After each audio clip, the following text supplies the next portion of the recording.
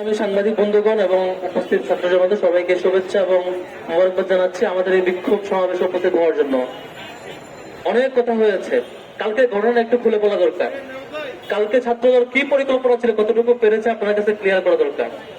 এখানে ছাত্রদল গতকালকে সশস্ত্র হামলা করার পর যখন আমরা প্রশাসনকে ইনফর্ম করলাম যে আপনারা শিক্ষার্থীদেরকে উদ্ধার করেন, আপনারা শিক্ষার্থীদেরকে নিরাপদ পরিবেশ দিতে নিশ্চিত করেন, প্রশাসন বাহিরে নীরব ভূমিকা ছিল, সাংবাদিকদেরকে ঢুকতে দেওয়া হয় নাই।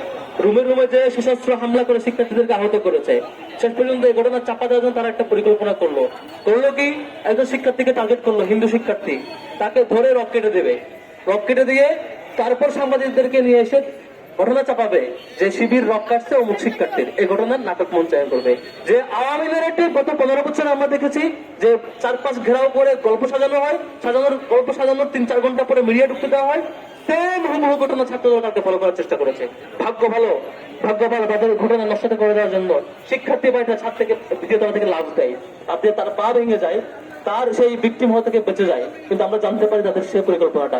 এরপর আমরা প্রশাসনকে ইনফর্ম করি আপনারা একটু যান, পুলিশকে একটু ঢুকতে দেন, পুলিশ আপনারা একটু যান, সাংবাদিকরা যান, সাংবাদিকদেরকে যেতে দেওয়া হয় নাই। পুরো নাটক মঞ্চস্থ করার পরে সব রুমে রুমে যে কম্পিউটার ল্যাপটপ টাকা সব লুটপাট করার পরে এরপরে প্রশাসন ভিতরে ঢুকলো। তখন ঢুকে লাভ কি আপনাদের? এরপরে পরিকল্পনা করলো এবার তারা তাদের ব্যবহৃত অস্ত্র শিক্ষার্থীদের রুমে রুমে রাখবে, শিক্ষার্থীদের বেডে বেডে রাখবে, শিক্ষার্থীদের লাগেজে রাখবে, রেখে তারা দেখাবে সাংবাদিকদেরকে এই হচ্ছে অমুক অমুক রুমে অস্ত্র ছিল। তাহলে এতক্ষণ ঢুকতে দেন নাই কেন? কেন 3-4 ঘন্টা বন্ধ ছিল? কেন তাদের উপর আক্রমণ করার পরে টানা সাংবাদিক এবং পুলিশটা চারপাশে ঘেরাও ছিল, দাঁড়িয়ে ছিল, তাদেরকে ঢুকতে দেন নাই? এই যে তারেক রহমান ক্ষমতা আসার পরে মিষ্টি মিষ্টি আলাপ দিচ্ছেন, সুন্দর সুন্দর কথা বলছেন, রাকিব ভাই দেখা হলে বলেন যে আমরা এখন ভালো রাজনীতি ফলো করার চেষ্টা করছি। তাহলে এই যে আবার ছাত্রলীগের কায়দা ফলো করছেন, আবার ছাত্রলীগের সাথে আওয়ামী কায়দার রাজনীতি ফলো করছেন, একটু সতর্ক হয়ে যান ভাই। আপনাদের সামনে 15 বছর আন্দোলন করেছেন একসাথে, আপনাদের সবকিছু আমরা জানি। আপনারা এর আগে কেমন ছিলেন আমরা জানি, আপনারা কেমন করে সন্ত্রাসী আচরণ করেন এবং এমন সন্ত্রাসীকে কেমন করে প্রতিহত করতে হয় সেটাও আমরা জানি। ভুলে যায় না ছাত্রলীগ আওয়ামী লীগ যখন ফ্যাসিবাদের রুলে ছিল, সব প্রশাসন তার হাতে ছিল। ছাত্রলীগ মনে করছে শিক্ষার্থীদের আক্রমণ করে অনেক কিছু করে ফেলবে। তারা আমাদের নারী শিক্ষার্থীদেরও আক্রমণ করেছিল, হিন্দু শিক্ষার্থীদেরও আক্রমণ করেছিল, সাধারণ শিক্ষার্থীদেরও আক্রমণ করেছিল, শিবিরকে ক্রসফায়ার দিয়েছিল, মনে করছিল তারা পারবে। ঢাকা বিশ্ববিদ্যালয় থেকে শুরু হয়েছে ছাত্রলীগের হল ছাড়া হওয়া, প্রত্যেকটা ক্যাম্পাসে 1 সপ্তাহের মধ্যে হল ছাড়া এবং ক্যাম্পাস ছাড়া হয়েছিল। এই পরিণতি আপনারা ভুলে যায় না ছাত্রদলের ভাইরা। আপনারা 15 বছর মুসলিম ছিলেন, আবার যদি জালেম হইতে চান, ছাত্রলীগ ঠিক যে কায়দায় শিক্ষার্থীদের তোপের মুখে পড়ে ক্যাম্পাস ছাড়া হয়েছে, আপনাদের তার চেয়ে ভয়াবহ পরিণতি ভোগ করতে হইতে পারে। আপনারা সতর্ক হয়ে যান। ছাত্র শিবির আমরা খুব ভালো, যখন আমরা ভালো থাকি আমরা আপনাকে রেসপেক্ট করি, চলার চেষ্টা করে। যখন আপনারা অতিরিক্ত চাঁদাবাজি আর লুণ্ঠন করবেন, ভালো হওয়ার চেষ্টা করবেন না, কথা শুনবেন না, সঠিক পথে আসবেন না, শিক্ষার্থীদের জন্য কাজ করবেন না, এই লুটপাট আর লুণ্ঠনের কাজ করতে থাকবেন, খুন সন্ত্রাস ধর্ষণ চলতে থাকবে, আমরা আমাদের সেই ছাত্রলীগের বিরুদ্ধে যে ভূমিকা আমাদের ছিল, সন্ত্রাসের বিরুদ্ধে যে ভূমিকা ছিল, সেই ভূমিকা আবারও ফিরবো ইনশাআল্লাহ। তখন সেই আপনারা প্রতিহত আর করতে পারবেন না, আপনাদের পরিণতি ভয়াবহ হবে।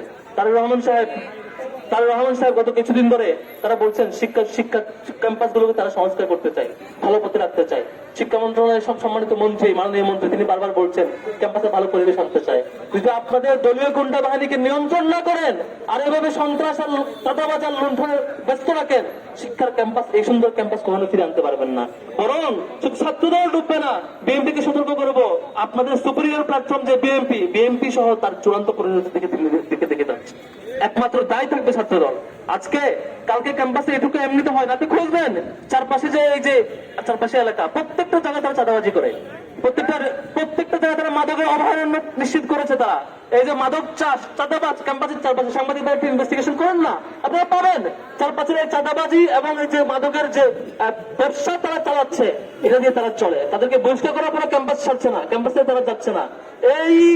এই যে চাঁদাবাজ, মাদকের হাত, সবকিছু বাধা যখন ছাত্র শিবির যখন এসব নিয়ে কথা বলে, ছাত্র শিবির যখন প্রশাসনকে এসব নিয়ে রিপোর্ট দেয়, তখন তাদেরকে আক্রমণ করতে হয়, তাদেরকে রাতের বেলা অন্ধকার আক্রমণ করতে চায়।